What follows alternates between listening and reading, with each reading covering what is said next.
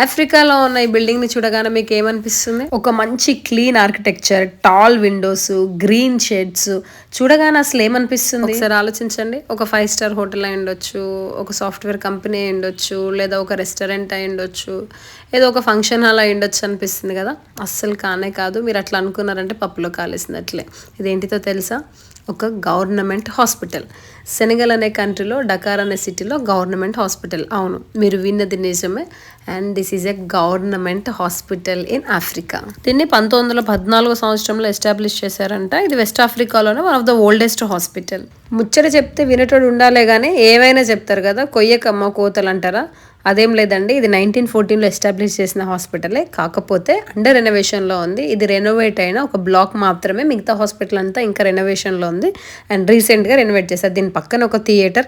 ఆ థియేటర్ తర్వాత ఇది ఇక్కడ కనిపిస్తుంది కదా, ఇది థియేటర్ అండి.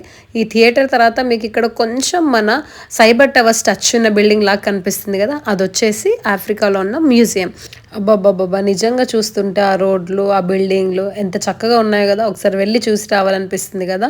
వెళ్దాం, ఖచ్చితంగా వెళ్ళి ఆ లోపల మీకు చూపిస్తామండి. కాకపోతే కొంచెం టైం ఇవ్వండి.